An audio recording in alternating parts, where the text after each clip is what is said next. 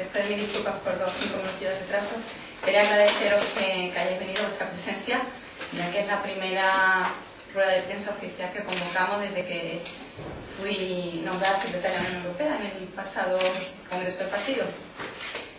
El motivo por reuniros hoy aquí son dos cosas. Una, queríamos contaros la nueva forma de hacer política que estamos teniendo en el PSOE y que ha empezado este año con un nuevo proyecto. Muchos ya estáis informados al tanto, y se trata concretamente de una nueva metodología de preparación de todos los contenidos del PSOE de cara a su conferencia política de octubre. Esta preparación va a ser a través de 5 diálogos abiertos temáticos más un consejo territorial. Estos 5 diálogos abiertos son Europa, crecimiento, modelo productivo y empleo, fiscalidad, profundización democrática y reformas institucionales y Estado social del bienestar. Como habéis sabido por nota de prensa, el primero fue el de Europa, fue el fin de semana pasado, hace 10 días, el anterior, y en el que tuve pues la oportunidad y el lujo de poder participar como delegada del PSOE de Ceuta. La verdad es que ese primer diálogo abierto fue súper interesante, hubo una enorme participación, más de 400 personas presentes, fuimos trend topic ese día en las redes sociales, que también le estamos dando una vuelta a la participación y utilizando las nuevas tecnologías, y fueron numerosos líderes europeos que, bueno, pues que contaron cuáles eran sus propuestas y posibilidades por donde debería tirar el socialismo en Europa. E incluso me gustaría apuntar que se vio que no había unanimidad en el discurso, unanimidad en el debate, porque quien lo pudierais seguir en aquel momento, visteis como Elena Valenciano y Solana tuvieron diferencias sobre cómo referirse a Europa o no, si la dictadura de la troika europea o no, y también entre el señor Almunia y el secretario general de los portugueses, los socialistas portugueses, el señor Segura, también hubo un rifirrafa pro referéndum o no referéndum. Yo creo que estas diferencias solo hicieron que enriquecer el propio debate que estamos teniendo y que luego pues cada uno vaya sacando sus propias conclusiones. La segunda etapa dentro de cada diálogo que vamos a tener va a ser trasladarla a nuestra región, a nuestra ciudad. Y pues en esta semana, en las próximas 48 horas, el PSOE de Ceuta pues va a hacer un ejercicio de europear, si me permite la expresión. Vamos a tener esta tarde, a lo largo de hoy y mañana, reuniones con los agentes sociales y también reuniones internas aquí con los distintos responsables de las distintas políticas y de las distintas áreas. Y finalmente, mañana, a las 7:30 de la tarde, aprovecho la ocasión para invitaros a los que queráis venir y participar, ya no solo como medios, también como ciudadanos, una asamblea abierta participativa, en la que, como su propio nombre dice, está abierta no solo los militantes, sino todos los ciudadanos, socialistas o no, progresistas o no, pero que desde luego tengan un interés por Europa y quieran venir a oír, a aprender, a escuchar por dónde está yendo el debate de los socialistas respecto a Europa, y también y sobre todo lo que personalmente más nos interesa, sus ideas, sus aportaciones. Queremos saber los ciudadanos qué quieren de Europa, qué es la Europa que quieren. Y en ese sentido el debate va a seguir abierto hasta finales del verano, y vamos a hacer una serie de aportaciones concretas. Y el PSOE de Ceuta, al igual que otras federaciones, pues haremos un documento con nuestras proposiciones concretas en el tema europeo.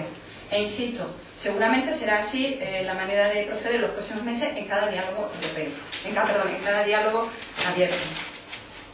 Y luego otro tema del que quería hablaros y que estos últimos días sigue estando en la prensa y sigue dando titulares, son respecto a los fondos europeos y su cofinanciación. La última medalla que el gobierno del PP y el gobierno del señor Rivas quiere apuntarse es haber conseguido una cofinanciación de los proyectos al 80-20. Y esto me temo, y quería aprovechar para aclararlo, que no es así. Quiero decir que no es así que el señor Rivas o el gobierno del señor Rivas lo haya conseguido en Murcia. En las conclusiones de la cumbre europea de febrero, del 7-8 de febrero, en su artículo 55, apartado D.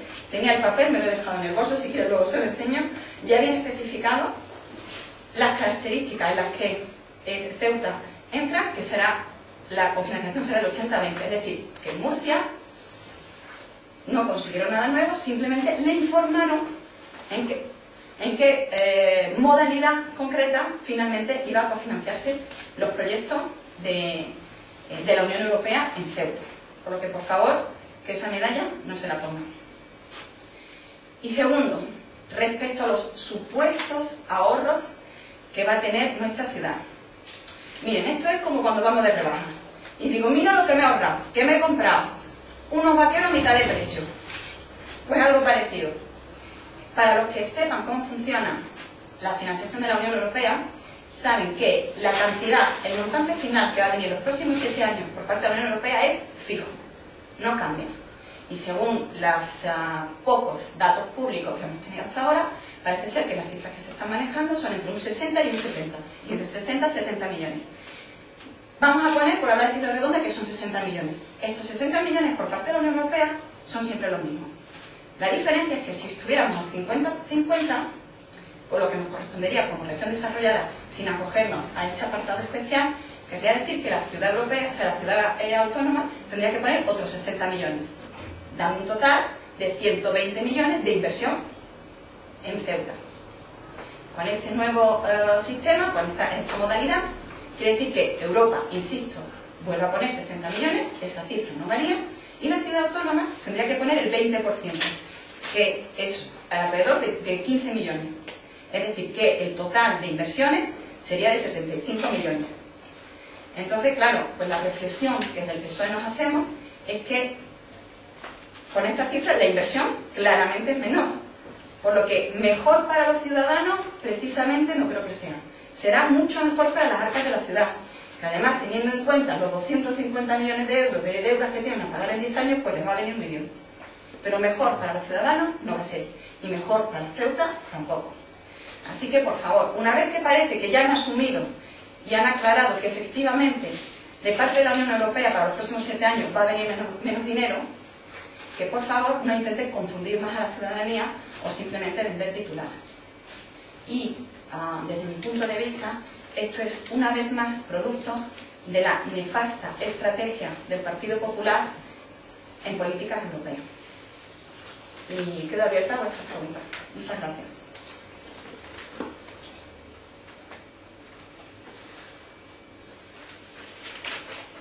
Sí, ¿desde cuándo cree usted que el PP sabía, el PP de Ceuta sabía la cantidad más o menos que iba a recibir?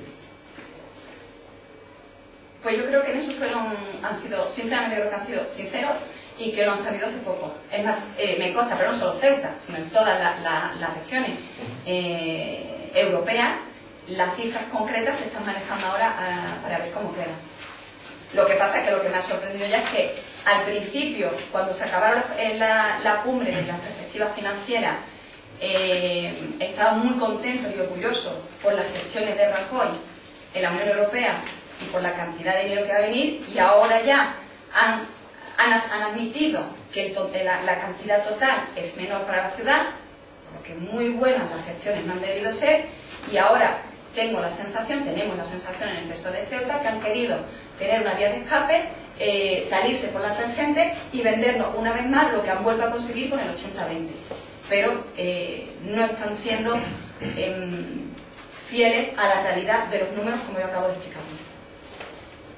¿El 80-20 solo para Ceuta o todas las regiones desarrolladas? Creo que es la categoría. No, eso. Las regiones. Hay una nueva política regional que empieza a funcionar a partir del 2014. Y entonces, simplificando un poco las cosas, van a haber 3 tipos de categorías. Las menos desarrolladas, como ejemplo Extremadura dentro de las regiones españolas van a formar parte. Una nueva categoría que se llama regiones en transición, en la que está Castilla-La Mancha, Andalucía y Melilla.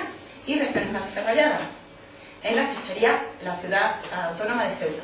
Por primera vez, en el caso de Ceuta, como hemos explicado en otras ocasiones, por primera vez pasa de categoría, es decir, entra a formar parte de esas regiones más desarrolladas.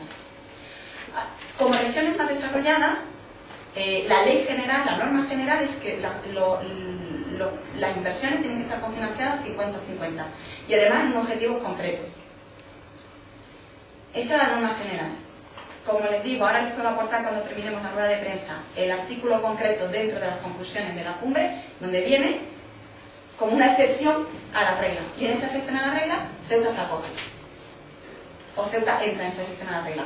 Que viene a decir que aquellas regiones, como saben, es el PIB, el PIB de los 7 últimos años, de los 3 últimos años, respecto al PIB medio europeo, es que te dicen en qué categoría entra o no.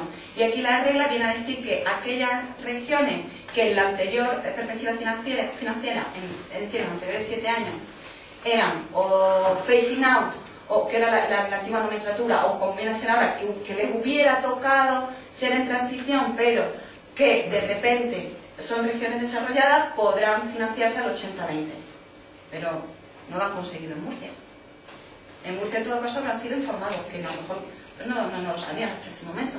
Pero esto ya viene mandado por Europa. Y es más, si me permiten, respecto a este concepto, lo que les digo de la nefasta estrategia del Partido Popular, yo creo que hay claramente, respecto a Europa, otros temas también, pero bueno, hoy nos concierne a Europa, dos maneras muy diferentes de defender Europa, el proyecto europeo y los intereses, nuestros intereses regionales o como ciudad, la del PP y la del PSOE. La del PP, no vamos a entrar a nivel nacional, donde gracias a Felipe González somos parte de la Unión Europea y que Zapatero en su primer mandato fue referencia en temas de igualdad o de energía, por ejemplo, y que Aznar, el recuerdo que nos queda todo es la foto de las Azores, junto a Blair y Bush, ¿no? No vamos a entrar a nivel nacional, vamos a centrarnos en el nivel local. El PSOE, los socialistas en el Parlamento Europeo, desde el año 2005, si no recuerdo mal, fue la primera vez que en el Parlamento Europeo ya presentamos una enmienda, recuerdo, Gonzalo, que lo hablamos con nosotros en la campaña europea, la primera vez que presentamos una enmienda específica para Ceuta y Melilla, donde las nombramos ciudades fronterizas alejadas, que ahora, en los últimos meses, hemos oído hablar mucho de ello. Hasta entonces, el PP no había hecho absolutamente nada. Desde el 2005 hasta el 2011, 6 años, el PP ha votado constantemente en contra de esas enmiendas, de ese concepto, de esa nueva formulación, que era la estrategia que los socialistas pues habíamos elaborado y estamos peleando por ella, la estrategia que pensamos que era la más apropiada. Tras la visita, eso sí, hay una visita del señor Rivas a Bruselas en enero del 2011, si no recuerdo mal, en la que se lleva un numeroso equipo con él para tener distintas reuniones. Después de esa reunión, además recuerdo que anunciaron que por fin Ceuta iba a tener una diputada que defendiera los intereses de Ceuta, que era Rosa Estará. Parece ser que se les había olvidado el nombre de Carmen Cerdeira, que era la única verdaderamente diputada que tuvimos en Ceuta, o de Ceuta. Pero bueno, a través de ahí, Rosa Estará concretamente ha presentado 2 enmiendas en el Fondo Social Europeo, que está muy bien, y nos alegramos. Y sinceramente, recuerdo que hablé perfectamente con la diputada que se encarga en regional, María Irigoyen, y le dije: María, parece ser que por fin vamos a tener el apoyo del Partido Popular. Pues me temo que no, que poco quedó, porque esas enmiendas ni se aprobaron ni llegaron a ningún buen puerto. Cuando en el Parlamento Europeo y en la Comisión de Regional del Parlamento Europeo tienen mayoría, el Partido Popular, los conservadores son mayoría, nosotros no. Con todo y con eso hemos seguido. Y ahora, la contradicción, que son muchas dentro de esta estrategia. En el Parlamento Europeo, tras la visita de Líder, presentan 2 enmiendas. Escasas, de mi opinión, pero bueno, está bien. Luego, cuando presentamos nosotros una proposición de ley el año pasado, en el Congreso nos la tiran para atrás, con la incoherencia de que nuestra senadora había estado preparando una serie de enmiendas y que parece que en el último minuto tuvo una contraorden de Génova, eso no vamos a aclarar, y también votó en contra y dijo que no era esa el camino que teníamos que seguir, que ellos ya estaban defendiendo muy bien Ceuta y que tenían su propia estrategia. Bueno, sin embargo, aquí en la Ciudad Autónoma aprobamos una moción conjunto en la que dice que sí. Total, que esta descoordinación por parte del PP, que yo creo que no tienen ni idea de por dónde quieren tirar, y que van un paso para adelante, 2 para atrás, 1 para la izquierda y otro para la derecha, bueno, casi todos a la derecha. Esto es el resultado que estamos teniendo. Que al final, cuando se están cerrando, o cuando se han cerrado las perspectivas financieras, al final, para los ciudadanos, para los CUTIE, es que vamos a tener menos ayuda por parte de la Unión Europea. Y teniendo en cuenta que somos, entre otras cosas, la región con mayor paro juvenil de más de un 70% y con un índice de pobreza de mayor del 40%, pues creo que la noticia no es como para estar orgullosos, como yo decía.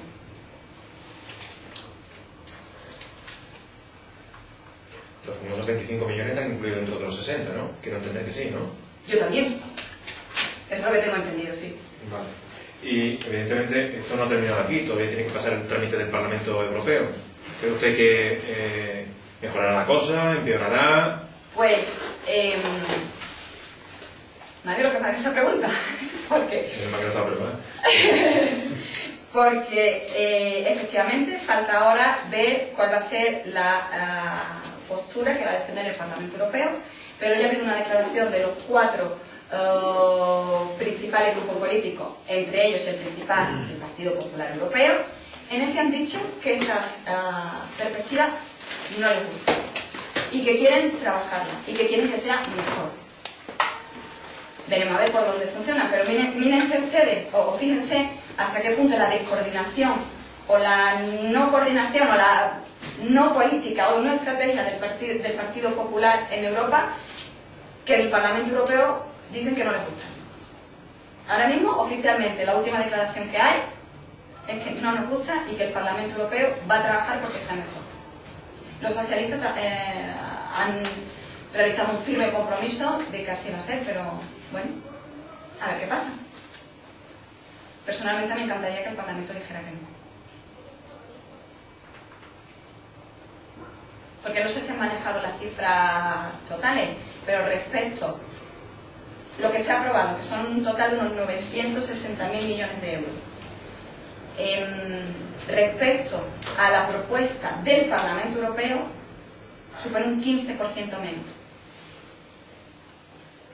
Porque del Parlamento Europeo lo que se está defendiendo es que sí, queremos más Europa, queremos más políticas europeas, tenemos que tener más inversión.